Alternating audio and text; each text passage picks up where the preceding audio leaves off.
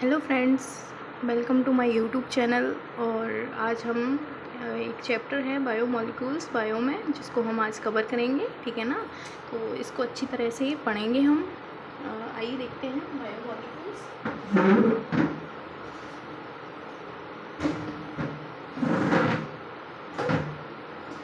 आइए देखते हैं बायोमोलिक्यूल्स। ठीक है, तो हम बायोमोलिक्यूल्स एक सिंपल वे में और अच्छी तरह से सीखेंगे। ठीक है ना, और एक सेकेंड, हाँ, आपको अच्छा क्लियर दिखाई दे रहा होगा, तो हम स्टार्ट करते हैं। ठीक है, बायोमोलिक्यूल्स। ठीक है, इस वाले पोर्शन में कोई भी क्वेश्चंस नहीं है। ठीक है ना, तो हम ज़्यादा इसको लाइटली भी नहीं लेंगे। इसमें क्या बताया गया है, इसमें ओनली बस ये बताया गया है कि अर्थ क्रस्ट में कौन कौन से ऑर्गेनिक कंपाउंड्स पाए जाते हैं जो हमारी बॉडी में पाए जाते हैं या नहीं पाए जाते हैं। ठीक है, तो वही पैराग्राफ है ये इस पैराग्राफ में बस ओनली यही बताया गया है कि हम कितने क्लोज हैं। ठीक है, अर्थ क्रस्ट के, मतलब जो अर्थ क्रस्ट में जो ऑर्गेनिक या इनऑर्गेनिक कंपाउंड्स पाए जाते हैं वही हमारी बॉडी में पाए जाते हैं। ठीक है, तो इस पैराग्राफ में कुछ नहीं बताया गया। देखिए यहाँ से देखेंगे इस पैराग्राफ में हम यहाँ से देखेंगे ऑल लिविंग्स। ठीक है, all the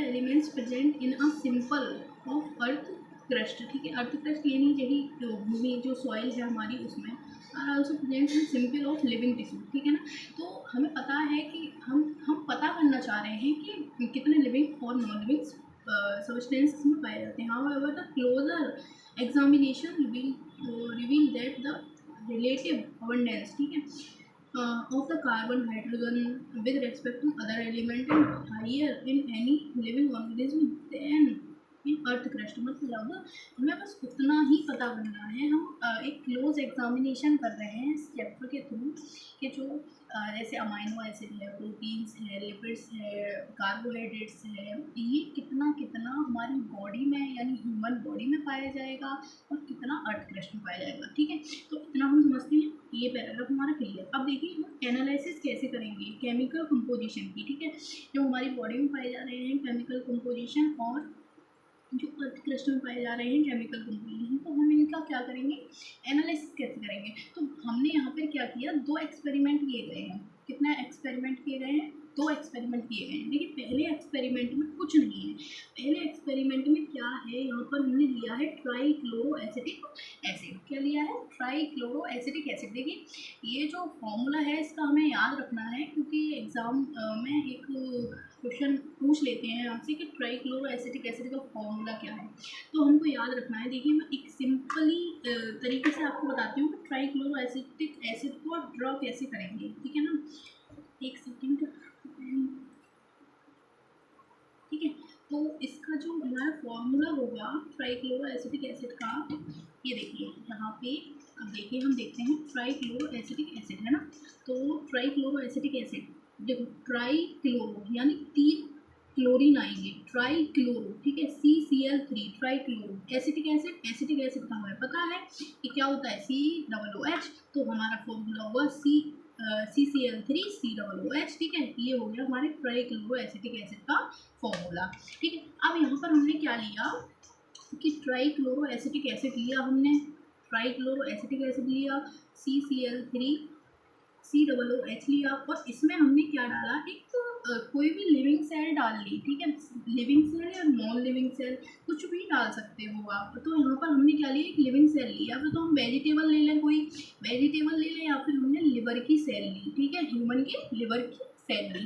तो जब हमने इस ट्राईक्लोरो एसिटिक एसिड में उस लिवर की सेल को अच्छी तरह से मिलाया, ठीक है, तो जैसे हमने उसको क्या किया, अच्छी तरह से मिला लिया। ठीक है ना, जैसे हम किसी को भी जैसे मिल्क में या चीनी मिलाते हैं हम, ठीक है, या किसी जैसे एक कोई बाउल वगैरह ले ली, तो उसमें हम चटनी, जैसे लिवर सेल को हमने क्या किया, ट्राईक्लोरो एसिटिक एसिड में कूटना स्टार्ट किया। ठीक है, कूटा हमने, और हमने क्या बना लिया, पेस्ट बना लिया उसका। ठीक है, पेस्ट बना लिया यानी कि एक स्लरी बना दी। ठीक है, पेस्ट बना लिया, जैसे चटनी होती है, हम लोग चटनी खाते हैं, तो वैसे ही हमने क्या बना ली, चटनी बना ली। अब क्या किया हमने, जो हमारी जैसे छलनी होती है ना, जैसे हम जिसके माध्यम से हम चाय को छानते हैं, ठीक है, तो वो वाली वैसे ही हमने क्या ली, छलनी ली। ठीक है, और उस छलनी में छलनी को रखा और क्या किया कि जो हमने सिलरी बनाई थी, जो हमारी चटनी बनी थी, ठीक है ना, ट्राइक्लोरो एसिटिक एसिड और लिवर सेल को लिया था, तो जो हमारी चटनी बनी थी, अब उसको क्या किया हमने, एक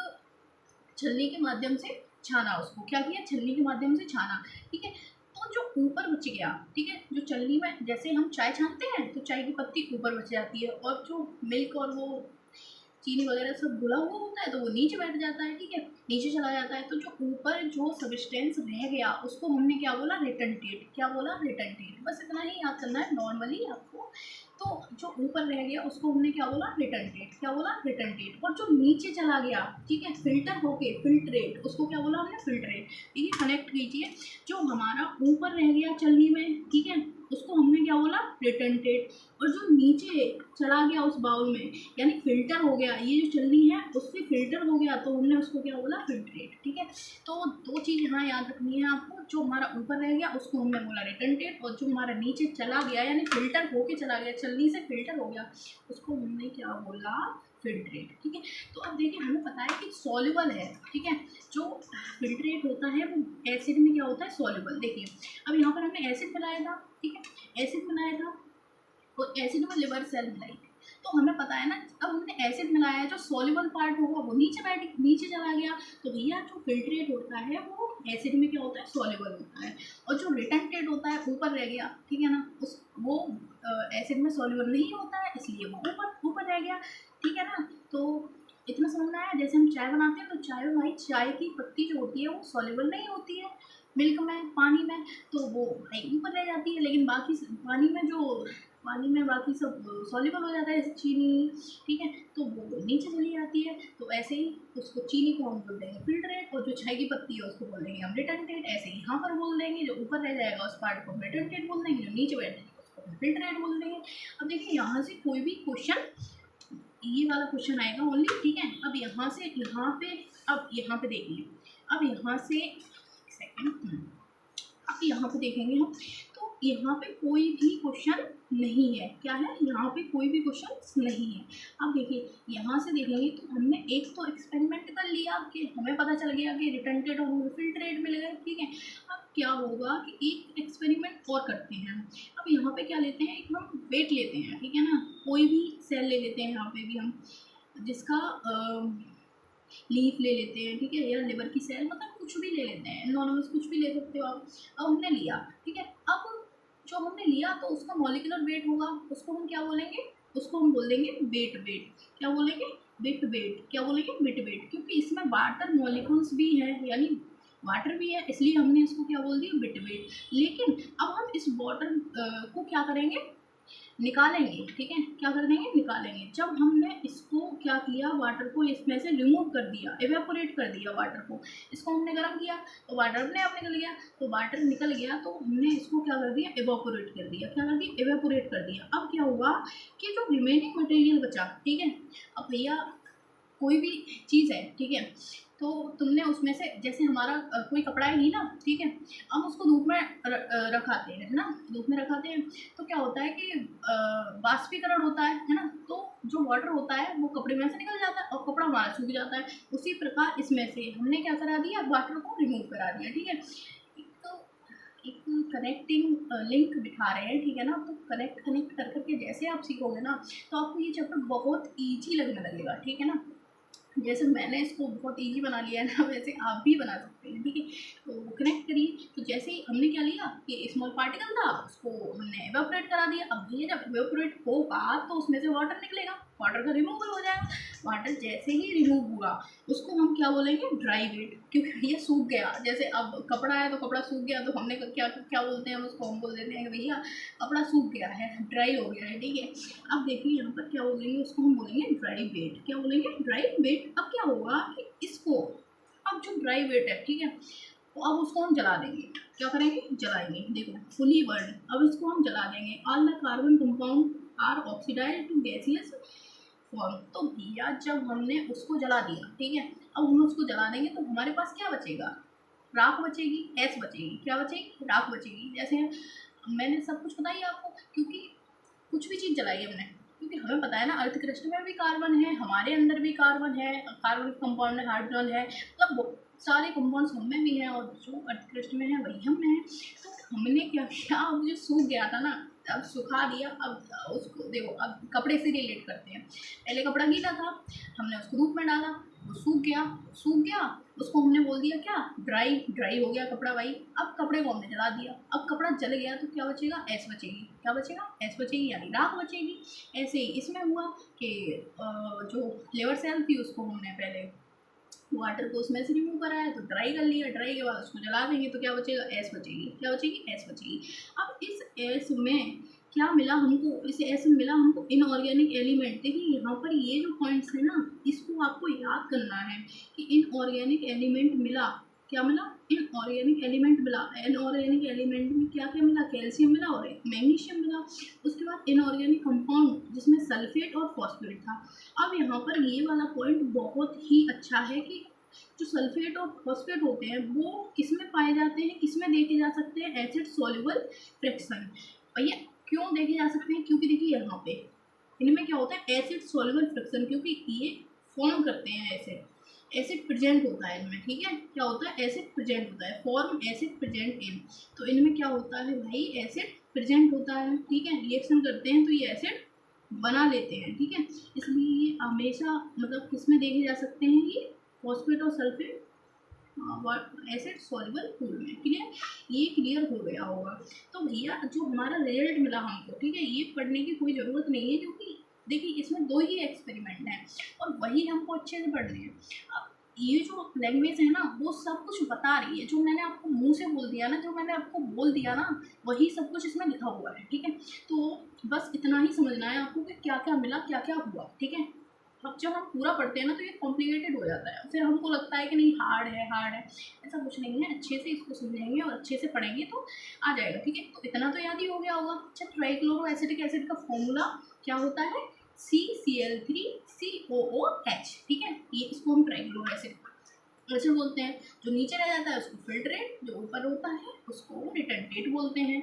इतना क्लियर हुआ। और ड्राइवेट और कपड़े से ये समझ में ही आ गया होगा आपको। अब आगे देखिए आगे, तो इसमें क्या मिल जाता है हमको, देखो यहाँ पर जो रिजल्ट मिलता है वो मिलता है हमको, अमाइनो एसिड मिल जाते हैं, nucleic base acid, fatty acid वगैरह सब कुछ मिल जाता है इसमें। अब देखिए अच्छा टॉपिक है। अब हम पढ़ते हैं, पढ़ना स्टार्ट कर रहे हैं, वो है अमाइनो एसिड। क्या है, अमीनो एसिड, ठीक है। अमाइनो एसिड जिसकी प्रोनाउंसिएशन जैसी हो वो वैसे पढ़ ले, ठीक है। अमीनो एसिड, तो अमीनो एसिड क्या है, organic compound containing amino group, ठीक है। इसमें क्या होता है, एक अमीनो ग्रुप होता है और एक एसिड ग्रुप होता है, इसलिए हम इसको क्या बोलते हैं, अमीनो एसिड। देखिए अमीनो एसिड, ठीक है। अब देखो एक इसमें अमाइनो ग्रुप यानी NH2 होगा और एसिड ग्रुप यानी COOH होगा, ठीक है। इतना कह रहे हैं, ये लाइन ये कह रही है कि इसमें अमाइनो ग्रुप होता है और COOH ग्रुप होता है, ठीक है। और ये किस पे लगे हुए होते हैं, सेम कार्बन पर, सेम कार्बन पे लगे हुए होते हैं और वो कार्बन होनी चाहिए अल्फा कार्बन। क्या होनी चाहिए, अल्फा कार्बन। तो आपको पता ही होगा कि अल्फा कार्बन क्या होती है, जिसपे चारों जो ग्रुप होते हैं वो अलग अलग हों, क्या हो, अलग अलग हों, ठीक है। चारों ग्रुप क्या हों, अलग अलग हों, उसको हम क्या बोलते हैं, अल्फा कार्बन, ठीक है। अब देखिए यहाँ पे, तो ये क्या होती है, अल्फा कार्बन होती है और दे आर सब्स्टिट्यूटेड मेथेन। क्या होते हैं, सब्स्टिट्यूटेड मेथेन। देखिए ये जो लाइन दी हुई है एनसीईआरटी में, सब्स्टिट्यूटेड मेथेन, बहुत ही अच्छी लाइन है। तो इसको बनाएंगे कैसे, सब्स्टिट्यूटेड कैसे होते हैं, देखिए मेथेन होती है CH4, ठीक है। मीथेन आ गई हमारी CH4। अब हमने बताया था कि अमाइनो एसिड कैसे बनेगा, एक तो NH2 लगा दो, H को उठा के, देखिए यहाँ पर H को उठा के हमने क्या लगा दिया, NH2, और एक तरफ क्या होना चाहिए, COOH होना चाहिए, ठीक है। और एक तरफ क्या होनी चाहिए, हाइड्रोजन, और यहाँ पर क्या लगा देते हैं हम, R। क्या होता है, ये जो ग्रुप होता है वो वेरिएबल होता है। क्या होता है, वेरिएबल होता है। R ग्रुप क्या होता है, वेरिएबल। तो भैया सारे हमने इसके H को हटा के और अपना जो हमें लगाना था यानी NH2 COOH H R यानी वेरिएबल। वेरिएबल यानी आप सब जानते हैं CH3 लगा सकते हैं हम, इसकी जगह H लगा सकते हैं, CH2OH लगा सकते हैं और कुछ भी लगा सकते हैं इसकी जगह। R एक वेरिएबल ग्रुप है, ठीक है। तो यहाँ पर लिखा हुआ है, ठीक है। तो अब इसमें क्या क्या पाया जाएगा, तो अमीनो एसिड में hydrogen carboxylic group, amino group, variable, R group. अब जो आर होता है, जो हमारे अमाइनो एसिड बनते हैं, तो भैया ये तीन तो इसमें फिक्स ही रहेंगे, इनको कोई नहीं बदल सकता। ये तीन क्या रहेंगे, यहाँ पर फिक्स रहेंगे, ठीक है। एक कार्बोक्सिलिक ग्रुप, अमाइनो ग्रुप और हाइड्रोजन, ये फिक्स रहेगा। लेकिन जो वेरिएबल है वो आर है। अब हम जैसे जैसे आर को बदलेंगे, देखो CH3 लग जाएगा तो एक अलग अमीनो एसिड, H लग जाएगा तो अलग अमीनो एसिड, CH2OH लग जाएगा तो अलग अमीनो एसिड, ठीक है। तो इनके स्ट्रक्चर किससे बनते हैं अमीनो एसिड के, तो वो बनते हैं आर ग्रुप से, ठीक है ना। आर वेरिएबल होता है तो ये बदलता रहता है, इसलिए अमीनो एसिड भी बदलते रहते हैं। अब देखिए यहाँ पर एक अच्छा है कि अब जो आर ग्रुप जो होता है हमारा, वो वेरिएबल होता है ना, उसकी कंडीशन के आधार पर 3 प्रकार के NCERT में अमीनो एसिड दिए गए हैं। लेकिन मैं आपको एक बना के समझा देती हूँ। पहला तो हमें पता है कि 3 ग्रुप तो हमें वैसे ही रखने ही है, ठीक है ना, इनको हमें चेंज नहीं करना है। अब जो रह गया ना एक, वो वेरिएबल है। तो भैया अब आर है ना, अब इस आर की जगह मैंने यहाँ पर क्या लगा दिया, H। जब मैंने H लगाया तो क्या बन गया, देखो ये यहाँ पे ये बना CnH2 COOH, इधर H, और R की जगह पे मैंने H लगाया है। तो इस एसिड का नाम पता है क्या है आपको, इस एसिड का नाम है ग्लाइसिन। क्या है, इस एसिड का नाम है ग्लाइसिन। देखिए यहाँ पे ये दिख रहा होगा आपको। तो इस एसिड का नाम क्या है, ग्लाइसिन, ठीक है। इस एसिड का नाम क्या है, ग्लाइसिन। जो हमने ये वाला एसिड है, इस एसिड का नाम है ग्लाइसिन। देखो H लगा हुआ है। अब यहीं पे देखो ये carboxylic group, H group, NH2 group, ये तो सेम ही है। लेकिन यहाँ पर क्या आ गया है, CH3। क्या आ गया है, CH3। तो हम इसको जब CH3 लगा देंगे R की जगह पे, तो उसको बोलेंगे एनालिन। क्या बोलेंगे, एलानाइन। क्या बोलेंगे, एलानाइन, सॉरी एलानाइन। क्या बोलेंगे, एलानाइन। उसके बाद यहाँ पर CH2OH लगा देंगे, CH2OH लग जाएगा तो उसको क्या बोलेंगे, सेरीन। क्या बोलेंगे, सेरीन। अब देखिए आपको इसको याद करने की ट्रिक है। तो आप एक सिंबल ले सकते हैं कोई भी, GAS, गैस।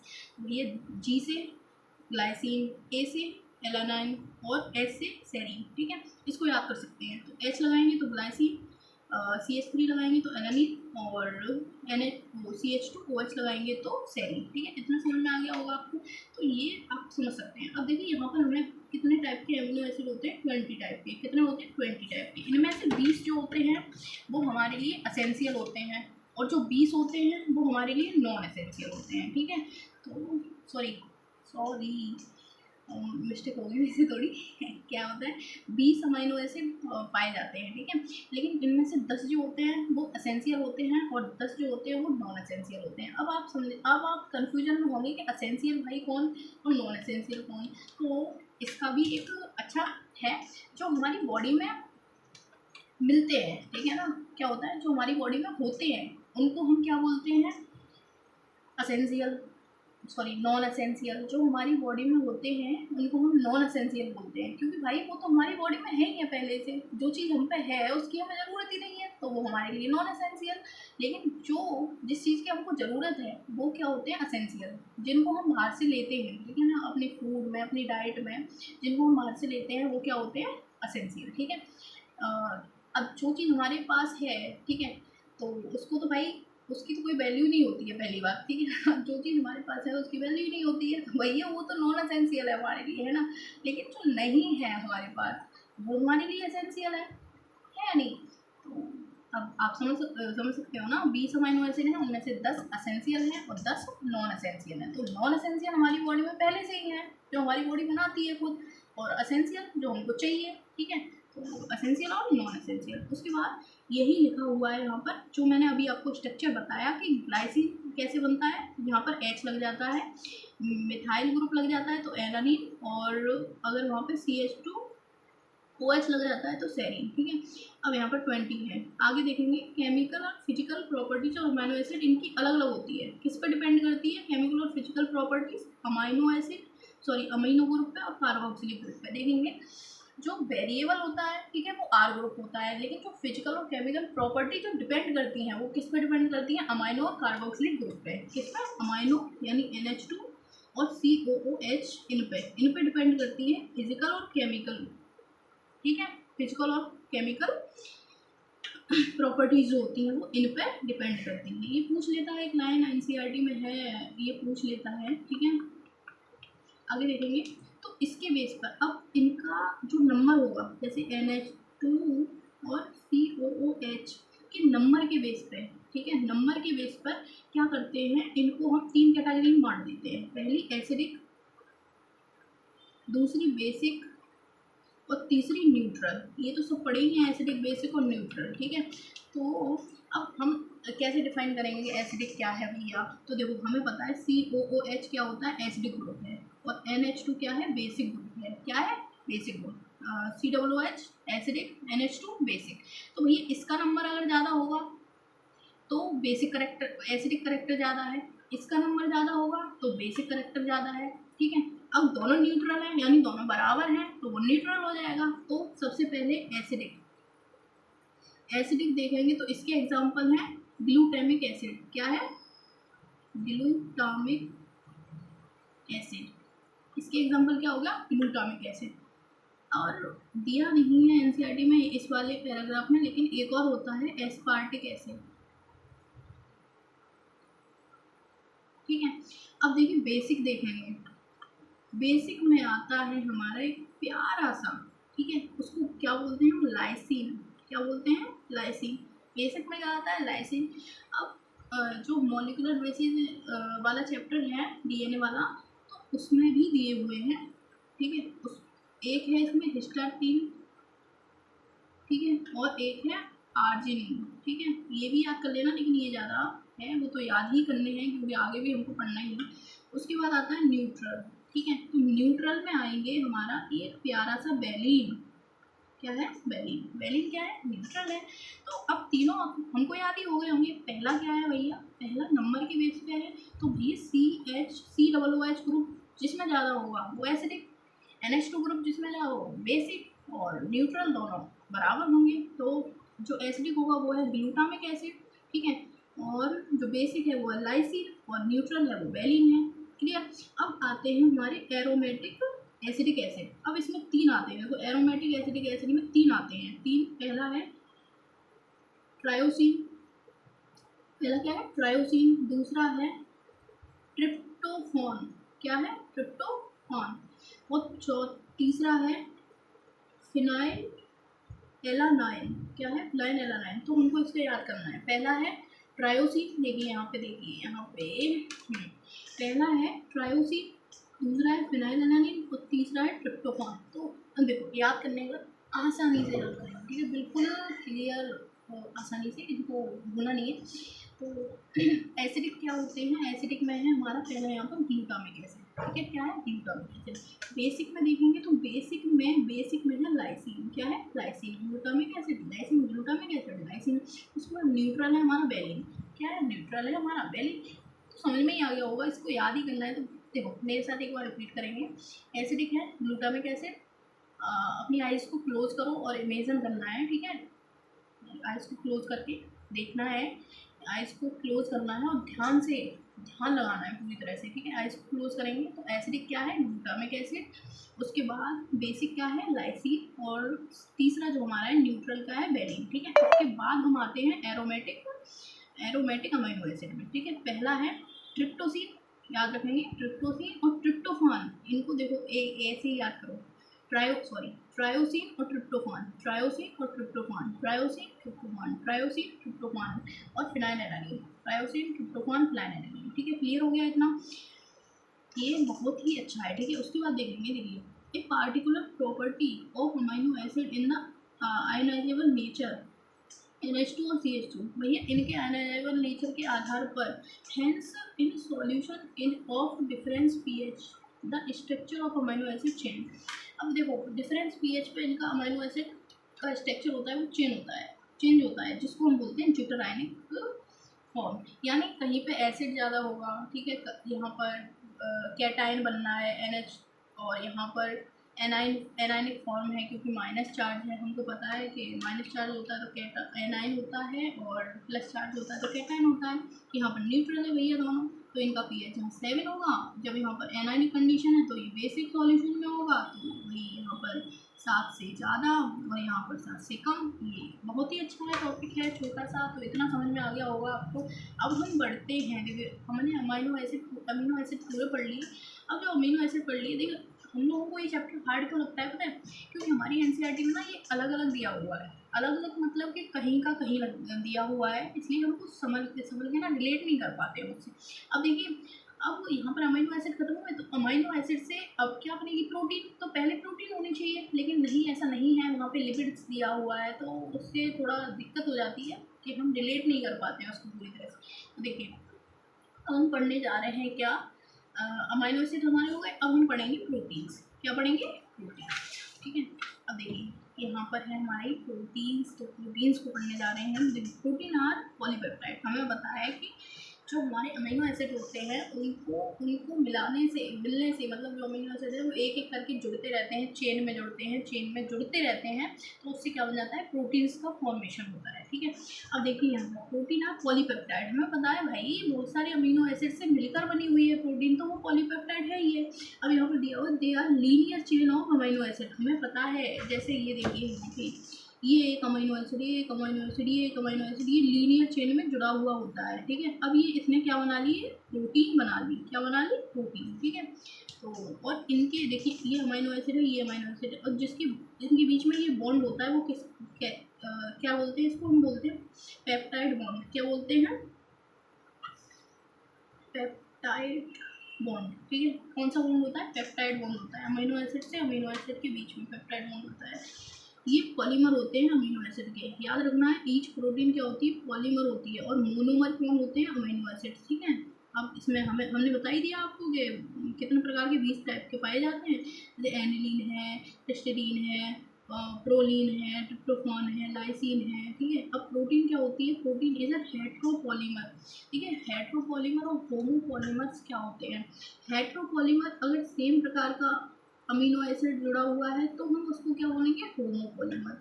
लेकिन डिफरेंट टाइप का अमीनो एसिड जुड़ा हुआ है तो हम उसको क्या बोलेंगे? हेट्रोपॉलीमर। ठीक है, तो हमें पता है कि प्रोटीन बनती है डिफरेंट टाइप के अमीनो एसिड्स के जुड़ने से, यानी एक के बाद एक डिफरेंट टाइप का अमीनो एसिड जुड़ेगा। ठीक है ना, तो हम ये क्या है? हमारा प्रोटीन्स क्या है?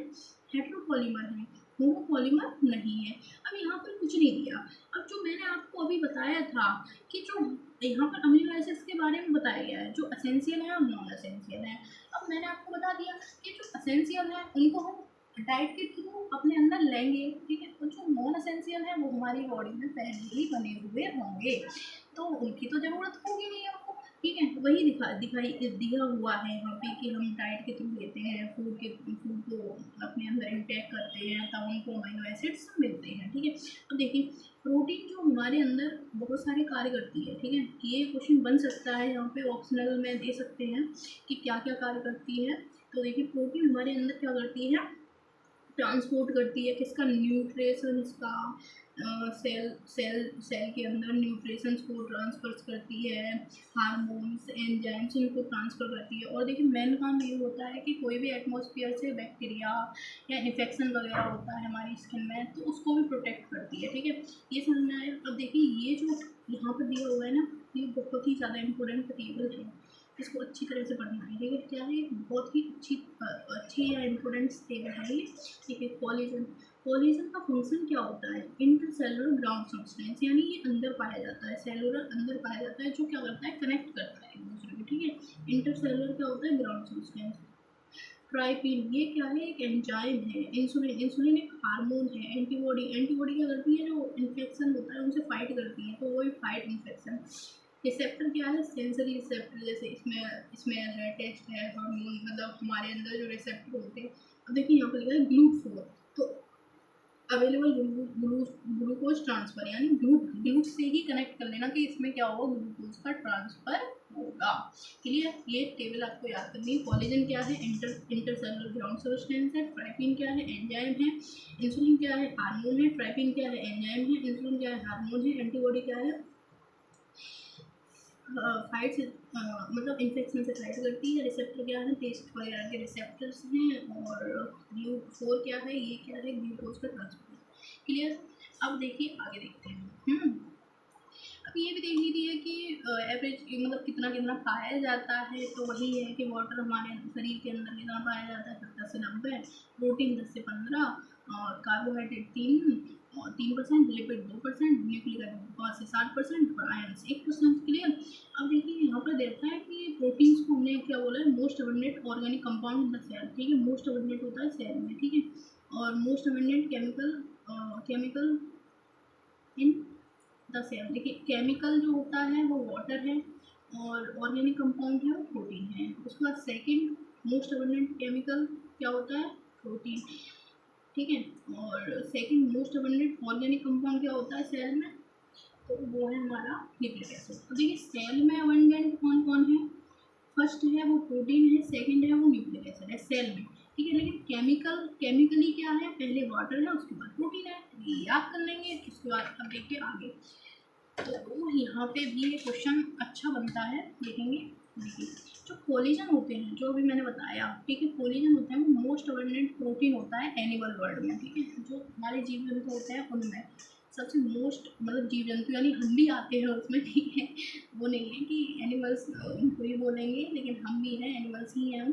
ठीक है, तो collision in the most abundant वो प्रोटीन है। ठीक है, एनिमल वर्ल्ड के लिए। लेकिन जो रुबिस्को है, ठीक है, रुबिस्को यानी RUBPCO। ठीक है, रुबिस्को है RUBISCO, रुबिस्को यानी राइबोलोज बिसफॉस्फेट कार्बोक्सिलेज ऑक्सीजनेज। ठीक है, ये प्रोटीन है, लेकिन ये जो प्रोटीन है वो मोस्ट अबंडेंट प्रोटीन है होल बायोस्फीयर यानी पूरे ब्रह्मांड में सबसे ज़्यादा पाई जाने वाली प्रोटीन है रुबिस्को, याद रखेंगे। और कोलेजन है वो प्रोटीन है ओनली एनिमल वर्ल्ड में। ठीक है, क्लियर, इतना समझ में आया। अब देखिए यहाँ पर हमने प्रोटीन को खत्म किया, अब हम प्रोटीन के स्ट्रक्चर पढ़ेंगे। अब भैया स्ट्रक्चर क्या होता है, स्ट्रक्चर ये कि वो कितने रूपों में पाया जा रहा है। ठीक है, अब प्रोटीन कितने रूपों में पाई जा रही है हम उसको देखेंगे। ठीक है, अब रूप कि जैसे भगवान है, ठीक है, तो भगवान के अनेकों रूप थे, वैसे ही इस प्रोटीन के भी अनेकों ही रूप हैं कि वो किस किस फॉर्मेट में पाई जा रही है, अब वो देखते हैं। ठीक है, अब यहाँ पर दे रखा है प्रोटीन का स्ट्रक्चर। तो भैया ये पहली लाइन जो इन्होंने दे रखी है वो तो हमको पता ही है। क्या पता है हमको कि ये पॉली जो प्रोटीन होते हैं वो हेट्रोपॉलीमर होते हैं। ठीक है, कंटेन्स स्ट्रिंग अमीनो एसिड, और अमीनो एसिड भैया इनमें पाया जाता है, ये अमीनो एसिड के द्वारा ही बनते हैं, वो तो हमको पता ही है। तो इनमें कुछ नहीं आपको याद नहीं करना है इसमें। ठीक है, अब इसमें क्या होता है कि सब जैसे बायो केमिस्ट्री सब में ये है ना, बायोमोलिक्यूल्स, तो या फिजिक्स वाले अलग कुछ बात कहते हैं, केमिस्ट्री वाले अलग कुछ बात कहते हैं, लेकिन जो बायोलॉजी वाले हैं, बायोलॉजी उन्होंने एक क्या किया कि एक अजीब ही स्ट्रक्चर बना दिया। देखो, biologist describe the protein structure 4 level. हमने क्या किया बायोलॉजी वालों ने कि उन्होंने 4 लेवल तक डिस्क्राइब कर दिया। The sequence of amino acid, that the position information in a protein, which is the first amino acid, which is second, and so on, is called primary structure। भैया इसमें क्या है कि फर्स्ट अमीनो एसिड को देखेंगे और last amino acid को देखेंगे। ठीक है, तो अभी हम देखते हैं protein is imaginary line left end और राइट इंड देखेंगे भैया। फर्स्ट अमीनो एसिड यही है। अब देख लीजिए यहाँ पे स्ट्रक्चर दिया हुआ है, कुछ नहीं, सॉरी नहीं पढ़ने की जरूरत पड़ती है, लेकिन स्ट्रक्चर अच्छे से समझ लेना चाहिए। देखिए यहाँ पर क्या है, ये लेफ्ट इंड है, क्या है हमारा लेफ्ट इंड, और ये हमारा क्या है राइट इंड। अब देखेंगे हम भैया कि फर्स्ट जो हमारा अमीनो ग्रुप लगा हुआ होता है वो लेफ्ट साइड पे लगा हुआ होता है। ठीक है, और जो हमारा कार्बोक्सिलिक ग्रुप लगा हुआ होता है वो टर्मिनल एंड पे लगा हुआ होता है। कहाँ पर, टर्मिनल यानी लास्ट एंड पे, यानी राइट साइड पे। तो देखिए कंफ्यूजन नहीं क्रिएट करनी है, यहाँ पे एक सीधी लाइन में अमीनो एसिड जुड़े हुए होते हैं, इसमें 2 एंड होते हैं, एक लेफ्ट एंड एक राइट एंड। ठीक है, एक टर्मिनली मतलब एंड टर्मिनल क्यों बोलते हैं इसको, क्योंकि यहाँ पर अमीनो एसिड जुड़ा हुआ है। और सी टर्मिनल क्यों बोलते हैं यहाँ पर, क्योंकि यहाँ पर जुड़ा हुआ है हमारा कार्बोक्सिलिक ग्रुप। ठीक है, एक देखिए एक टर्मिनल पर क्या जुड़ा हुआ होगा, NH2 ग्रुप, एक टर्मिनल पर क्या जुड़ा हुआ होगा, COOH ग्रुप। तो भैया इनका एक एक कैपिटल लेटर ले लिया बड़ा वाला हमने। अब इधर वाले को हमने N टर्मिनल बोल दिया, उधर वाले को हमने C टर्मिनल बोल दिया, बस खत्म। इतनी सी बात है। एक तरफ हमारा N टर्मिनल, क्योंकि हमारा अमीनो ग्रुप जुड़ा हुआ है, दूसरी तरफ हमारा COOH ग्रुप जुड़ा हुआ है। तो जो इधर जुड़ा हुआ है N ग्रुप, उसको हमने N टर्मिनल, इधर COOH जुड़ा हुआ है तो C ले लिया, इधर से N ले लिया, N terminal C terminal. Clear, पहला स्ट्रक्चर हमारा कंप्लीट हो गया है। The first amino acid is also called as N terminal amino acid. भैया फर्स्ट है जो पहले से जुड़ा हुआ है उसको एन टर्मिनल बोल दिया। The last amino acid is called C terminal. भैया अभी तो बताया ना कि सी टर्मिनल ये वाला है, एन टर्मिनल ये वाला। अ प्रोटीन थ्रेड, थ्रेड माने धागे, does not exist throughout as the external light rod, ठीक है, रिजिड रॉड, ठीक है। The thread is folded in the form of helix, helix की फॉर्म में। तो भैया ये दूसरा, ठीक है। अब ये यहाँ पर हमारा सेकेंडरी स्ट्रक्चर स्टार्ट हो गया, तो देखेंगे हम हेलिक्स की फॉर्म में है, हेलिक्स की फॉर्म में है, ठीक है। ऐसे ऐसे हेलिक्स की फॉर्म में, जैसे DNA हेलिक्स बना हुआ है वैसे ही फॉर्म में यहाँ पर दिखाई दे रहे हैं, ये प्रोटीन दिखाई दे रहे हैं। तो ये कह रहा है कि सेकेंड स्ट्रक्चर क्या होता है, हेलिक्स की फॉर्म में हो जाता है। सेकेंड स्ट्रक्चर को क्या बोलेंगे हम, हेलिक्स की फॉर्म में हो जाता है। Similar to revolving staircase, ठीक है, यानी एक दूसरे में शेयर हो जाते हैं, लिपट जाते हैं, जैसे सांप ये रोप, ऐसे रोप जैसा स्ट्रक्चर बना देता है ना यूँ, ठीक है। DNA का जो स्ट्रक्चर होता है डबल हेलिक्स, तो वैसा ही हेलिक्स बना देता है। ऑफ अगर only some protein of the protein thread are arrange in the form of a helix, ठीक है। कैसे किस फॉर्म में अरेंज हो जाते हैं, हेलिक्स फॉर्म में अरेंज हो जाते हैं। Only right handed helical are observe, मतलब right handed helical are observe. इसमें क्या होता है, अल्फा हेलिक्स होता है, बीटा हेलिक्स होता है, ठीक है। तो इसमें राइट हैंडेड यानी राइट हैंडेड हेलिक्स, यानी राइट हैंड से ही चलने वाला हेलिक्स इसमें बनेगा। क्या बनेगा, राइट हैंडेड हेलिक्स बनेगा, ठीक है। और इसमें दो रीजन हो जाते हैं, एक अल्फा हेलिक्स और एक बीटा प्लेट सीट, यानी एक सीट के रूप में, यानी बीटा प्लेट सीट के रूप में बन जाएगी। जैसे थ्रेड के रूप में, थ्रेड है, ये थ्रेड है, इसमें प्लेट है, प्लेटें दिखाई देने लगेंगी, ठीक है। तो ये बीटा प्लेट्स के रूप में अरेंज हो जाएगी। Other region of the protein thread are folded into other form is called secondary structure. यानी पहले तो एक सीधी लाइन में था, उसको हमने प्राइमरी बोल दिया। अब भैया हेलिक्स बना लिया उसने, तो हमने पहला रूप हमने देख लिया। अब दूसरा रूप इसमें हेलिक्स बना लिया, उसमें प्लेट के रूप में होगा या अल्फा हेलिक्स के रूप में होगा, ठीक है। और ये राइट हैंडेड हेलिक्स है। आगे in addition the long protein chain is also folded up on its like a hollow woollen ball. अब देखिए हमने ऊन का गोला देखा है, ठीक है। तो क्या होता है, ऊन के गोले में बॉल होती है। अब ऊन के गोले में एक इधर से लिपटा है, एक इधर से लिपटा है, एक इधर से लिपटा है, एक इधर से लिपटा है, तो वही टर्सरी स्ट्रक्चर हो जाता है। ऊन के गोले को इमेजिन कर लीजिए, वही टर्सरी स्ट्रक्चर है, ठीक है। कौन सा स्ट्रक्चर है, टर्सरी स्ट्रक्चर है। अब देखिए ये जो टर्सरी स्ट्रक्चर होता है ना, वो बहुत ही ज़्यादा इंपॉर्टेंट होता है, ठीक है। इंपॉर्टेंट क्यों होता है, क्योंकि इसमें रिएक्शन कैटालाइज पाए जाते हैं, ठीक है। और इसी में एंजाइम्स वगैरह बाइंड करते हैं इसी स्ट्रक्चर से, ठीक है। एक्टिव साइट वगैरह, एक्टिव साइट होती है इसमें। तो वही कह रहा है कि वूलन जैसा स्ट्रक्चर दिखाई दे तो हमारा क्या है, वो टर्सरी स्ट्रक्चर है। This give us a 3 dimensional view, यानी 3 डायमेंशनल में हमको ये दिखाई देता है।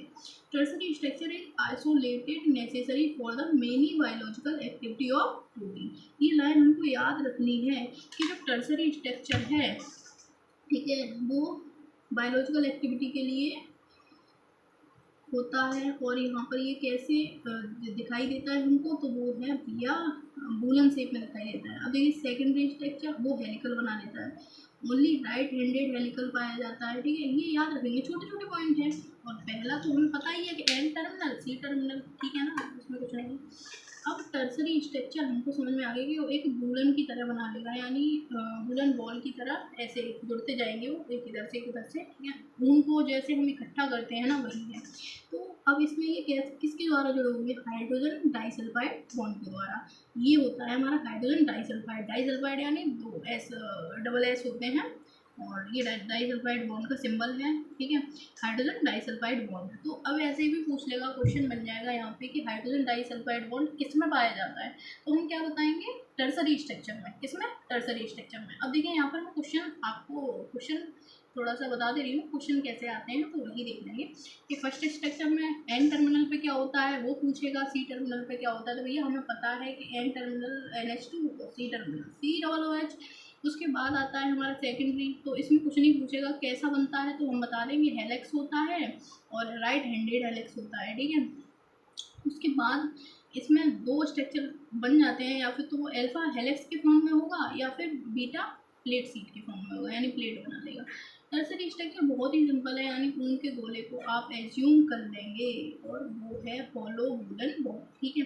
अब इसमें किसके द्वारा जुड़े होते हैं, तो यही पूछता है, तो हाइड्रोजन डाइसल्फाइड बॉन्ड होता है, ठीक है। किसमें पाया जाता है, टर्सरी स्ट्रक्चर में। अब देखिए हम पढ़ेंगे वो क्वार्टनरी स्ट्रक्चर, और टर्सरी स्ट्रक्चर की ये वाली लाइन याद रखेंगे, मैनी बायोलॉजिकल एक्टिविटी के लिए ये क्या होता है, रेस्पॉन्सिबल होता है। एंजाइम्स में पढ़ेंगे, ठीक है ना, इसको भी। अब है some proteins are assembly more than the polypeptide. अब भैया ऐसे जुड़ जाती हैं ये दो क्वार्टनरी स्ट्रक्चर में, cube like plate like structure बना लेती है। कैसा, क्यूब लाइक, देखिए ये देख रहे होंगे आप, ऐसे ऐसे जुड़ी हुई, तो ये क्यूब लाइक स्ट्रक्चर बना लेती है, ठीक है। आर्चर ऑफ प्रोटीन यानी हीमोग्लोबिन, यानी हीमोग्लोबिन का जो स्ट्रक्चर होता है ना, वो कैसा होता है, वो क्वार्टनरी होता है, जिसमें दो अल्फा चेन होती है हीमोग्लोबिन में और दो बीटा चेन होती है, ये हमको याद रखना है, ठीक है। तो लीनियर स्ट्रैंगल स्पीयर और arranged to other form a cube plate, ठीक है, क्यूब प्लेट के रूप में होता है। इसमें 4 सब यूनिट होती हैं, दो हीमोग्लोबिन में 4 सब यूनिट होती हैं, दो क्या होती हैं, अल्फा चेन, दो टाइप, 2 अल्फा टाइप की और 2 बीटा टाइप की, ठीक है, 4 हो गई। तो ये क्या है, क्वार्टनरी स्ट्रक्चर, ठीक है। प्रोटीन के स्ट्रक्चर हमने समझ ली क्या कहाँ होता है, तो हमें पता है हीमोग्लोबिन होती है जो जिसमें 4 सब यूनिट होती हैं, दो क्या होती हैं अल्फा और दो क्या होती हैं बीटा, इतना समझ में आ गया। अब देखिए इसकी शेप भी यहाँ पर डिटरमाइन कर लेते हैं। शेप क्या होती है, देखिए लीनियर पाया जाएगा, लीनियर स्टिंगिंग स्पीयर के रूप में अपॉन द ईच, और क्यूब के रूप में, क्यूब प्लेट के रूप में, ठीक है, इतना समझ में आ गया होगा। अब देखिए यहाँ पर हमने प्रोटीन को पूरी तरह से ख़त्म कर दिया है, क्या कर दिया हमने, प्रोटीन को ख़त्म कर दिया। अब हम पढ़ेंगे लिपिड्स, क्या पढ़ेंगे, लिपिड्स, ठीक है। प्रोटीन हमारा पूरा कंप्लीट हो गया, अमीनो एसिड और प्रोटीन दो चीज़ें पूरी तरह से कंप्लीट हो चुकी हैं। अब हम पढ़ेंगे आगे लिपिड्स। ये लिपिड्स बहुत ही सिंपल है, ठीक है, इसमें कुछ भी नहीं है लिपिड्स में। लिपिड्स पढ़ेंगे, बहुत ही सिंपल है, तो आप जब तक ये थोड़ा सा रिवाइज कीजिए, ठीक है। तो ये हम लिपिड्स पढ़ते हैं, लिपिड को स्टार्ट करेंगे।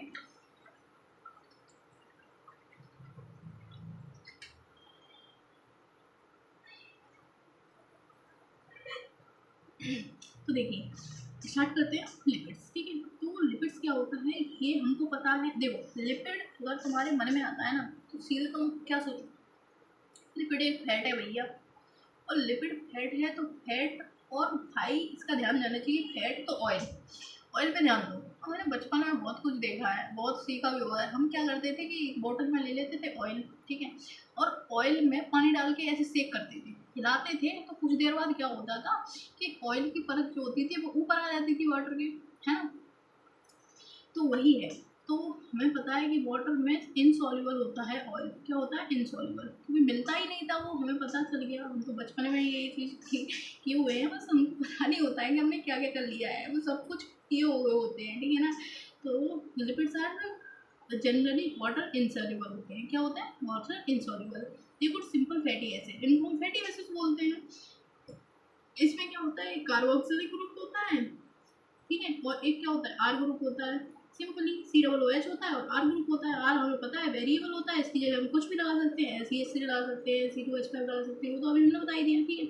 अब हमें पता है कि जो हमारे लिपिड्स होते हैं वो लगभग 19 कार्बन तक होते हैं, ठीक है। तो हमें यहाँ पर है पहला पाल्मेटिक एसिड, ये 16 कार्बन का होता है, ठीक है। सो देखो यहाँ पर क्वेश्चन आता है जो हमें अच्छी तरह से याद करना है। पाल्मेटिक एसिड होता है वो 16 कार्बन का होता है, किसको इंक्लूड करके, COOH को, ठीक है।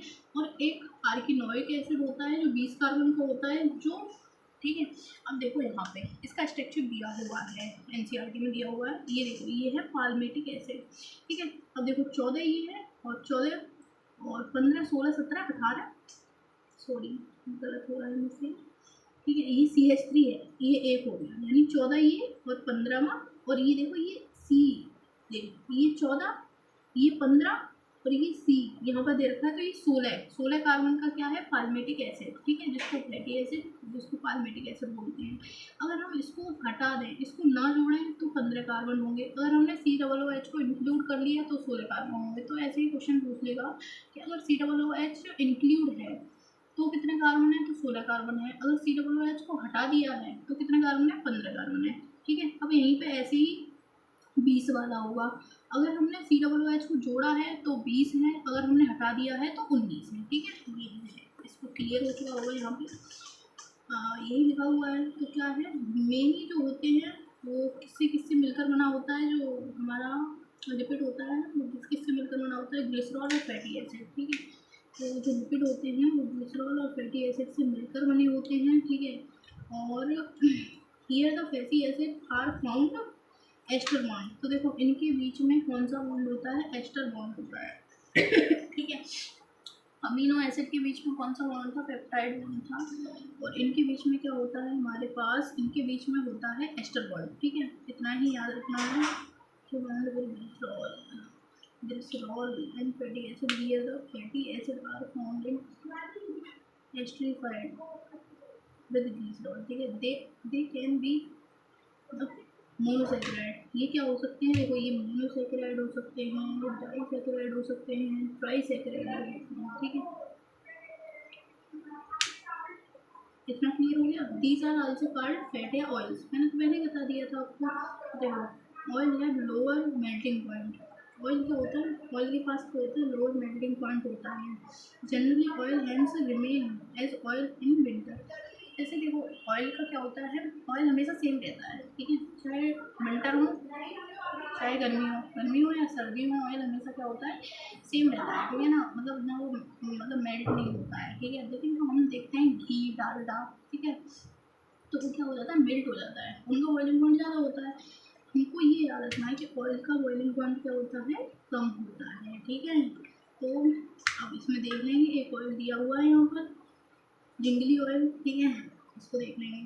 तो ये पूछ रहा है कि ऑयल का बॉइलिंग पॉइंट क्या होता है, तो लोअर होता है। ठीक है, अब देखते हैं यहाँ पे कि जो हमारा अगर यहाँ पर देखो phosphorus and phosphorylated organic compound in them. अगर फॉस्फोराइलेटेड ऑर्गेनिक कंपाउंड जुड़ा हुआ होता है तो उसको फॉस्फोलिपिड बोलते हैं। ठीक है, तो ये जो फॉस्फोलिपिड दिया हुआ है यहाँ पे वो है हमारे में लेसिथिन। क्या है, लेसिथिन। क्या है, लेसिथिन। ठीक है, पूरा पढ़ लेते हैं, फिर हम इसका स्ट्रक्चर भी आपको दिखा देंगे। तो ये क्या है यहाँ पर, लेसिथिन। लिविंग ऑर्गेनिक है अ number of carbon compound in which heterocyclic ring. मतलब कुछ नहीं है यार, लिपिड बस इतना ही समझना है आपको। एक क्वेश्चन यहाँ बनता है, एक यहाँ बन जाएगा कि लेसिथिन। ठीक है, और इतना समझ में आ गया। यहाँ से ये न्यूक्लिक एसिड आरम्भ हो गया, खत्म हो गया। लिपिड बस इतना ही है, some tissue essential and natural. जब lipids and more complex structure, वही लिपिड का स्ट्रक्चर होता है मोर कॉम्प्लेक्स होता है। देखिए लेसिथिन देखेंगे तो यहाँ पर दे रखा है, देखो ट्राइग्लिसराइड, क्योंकि हमें पता है COOH और R जुड़ा हुआ होता है, ग्लिसरीन से जुड़ जाता है, हमें पता है, ताकि ग्लिसरीन और फैटी एसिड मिलकर ही बनाते हैं। तो ये देखिए यहाँ पर दिया है फॉस्फोलिपिड लेसिथिन का डायग्राम, ये है फॉस्फोलिपिड और ये स्ट्रक्चर है उसका लेसिथिन का, देख लेंगे। ठीक है, अब आते हैं हम न्यूक्लिक एसिड पे। ठीक है, अब हमने लिपिड पढ़ लिया और क्या क्या पढ़ लिया है, हमने लिपिड पढ़ लिया है, अमीनो एसिड्स पढ़ लिए हैं, लिपिड अमीनो एसिड्स, और क्या पढ़ लिया है हमने, लिपिड्स अमीनो एसिड्स, प्रोटीन पूरी पढ़ चुके हैं। ठीक है, इतना पढ़ लिया है हमने, लिपिड्स पढ़ लिया, अमीनो एसिड पढ़ लिया, प्रोटीन्स पढ़ लिए। अब हम पढ़ेंगे क्या, ये टॉपिक इसको बोलते हैं हम न्यूक्लिक एसिड। ठीक है, न्यूक्लिक एसिड, तो ये न्यूक्लिक एसिड DNA RNA उसके बारे में पढ़ेंगे, सिंपल। अब देखिए living organism have a number of carbon compound, मतलब बहुत सारे कार्बनिक कंपाउंड पढ़ते हैं। When found attached to a sugar और न्यूक्लिक एसिड, हाँ, if a phosphate group also called nucleotide. यहाँ पर सिंपल सा पढ़ना है, अभी देखेंगे हम। देखिए जो नाइट्रोजन बेस होते हैं, ठीक है, नाइट्रोजन बेस कौन कौन है यहाँ पर, नाइट्रोजन बेस में एडेनिन है, गुआनिन है, साइटोसिन है, यूरेसिल है, थाइमिन है। और भैया ये अगर शुगर से अटैच हो जाती है तो हम इसको न्यूक्लियोसाइड बोलते हैं, और इसमें फॉस्फेट ग्रुप अटैच हो जाता है तो हम इसको न्यूक्लियोटाइड बोलते हैं। ठीक है, ये बहुत ही अच्छा है, इसको देखेंगे हम अंदर हाईलाइट कर देते हैं अपने पॉइंट को। देखिए क्या है, अभी मैं आपको बना के देती हूँ, बना के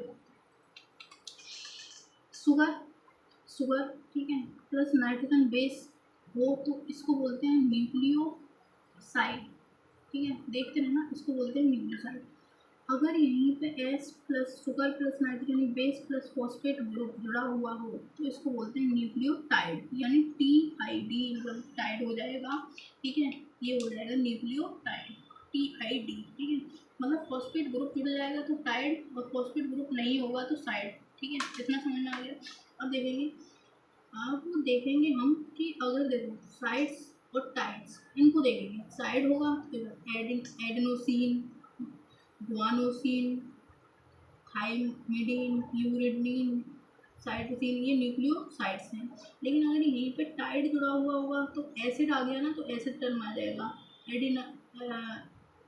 एडिनाइलिन acid, thymidine acid, guanylic acid, uranic acid, uridinic acid, cytidylic acid और न्यूक्लियोटाइड्स। न्यूक्लिक एसिड, इसमें डीएनए और आरएनए आ जाता है, तो डीएनए का हमें पता है, डीएनए की फुल फॉर्म क्या होती है, डीऑक्सीराइबो न्यूक्लिक एसिड, आरएनए की फुल फॉर्म क्या होती है, राइबोज न्यूक्लिक एसिड। क्लियर, इतना क्लियर हो ही गया होगा।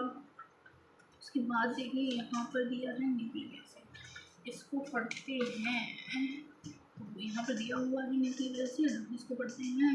ये क्या होते हैं, मैक्रोमोलिक्यूल्स होते हैं, इतना ध्यान रखना है, क्या होते हैं, मैक्रोमोलिक्यूल्स होते हैं, और लिविंग टिश्यू में फाइंड होते हैं, पॉलीसेकेराइड या पॉलीपेप्टाइड, अभी पढ़ा था हमने, ठीक है, सेकेराइड और पॉलीपेप्टाइड होते हैं। आगे compare to micromolecule function in living cells होते हैं, जेनेटिक मटेरियल होता है, डीएनए और आरएनए के बारे में पढ़ेंगे, वो हम जो डिटेल में पढ़ेंगे वो पढ़ेंगे मॉलिकुलर इनहेरिटेंस वाले में, ठीक है।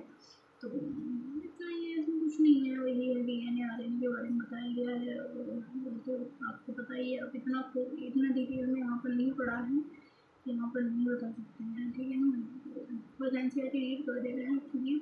दैट देखिए, the other type of macromolecule that one would find in the acid insoluble fractional of any living tissue, ठीक है, एसिड इनसॉल्युबल फ्रिक्शन में पाया जाएगा tissue nucleic acid.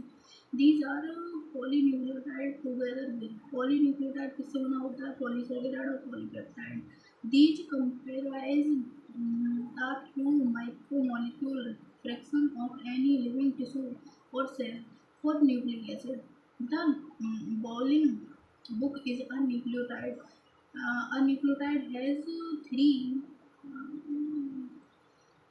three chemically distinct components. One of a heterocyclic compound, the second is a monosaccharide, and the third is a phosphoric acid. देखिए heterocyclic compound, उसके बाद monosaccharide, और तीसरा क्या है, फॉस्फोरिक एसिड और फॉस्फेट, ध्यान रखना है। अब देखिए as you notice the figure, the heterocyclic compound in nucleic acid are the nitrogen base.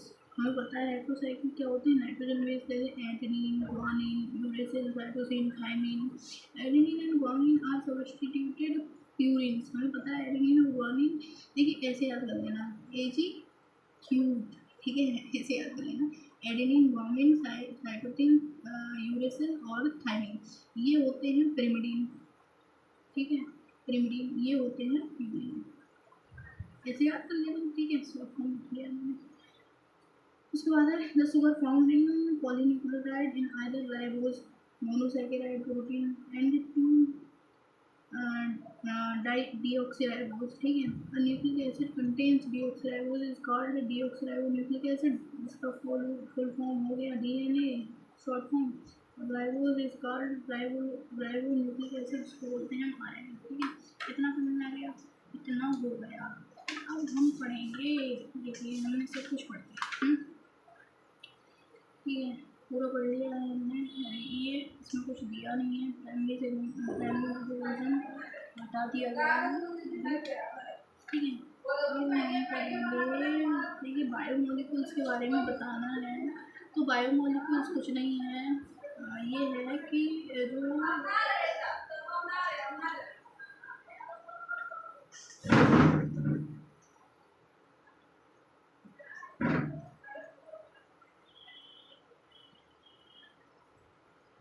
एक लेते हैं हम छोटा सा ब्रेक, उसके बाद स्टार्ट करेंगे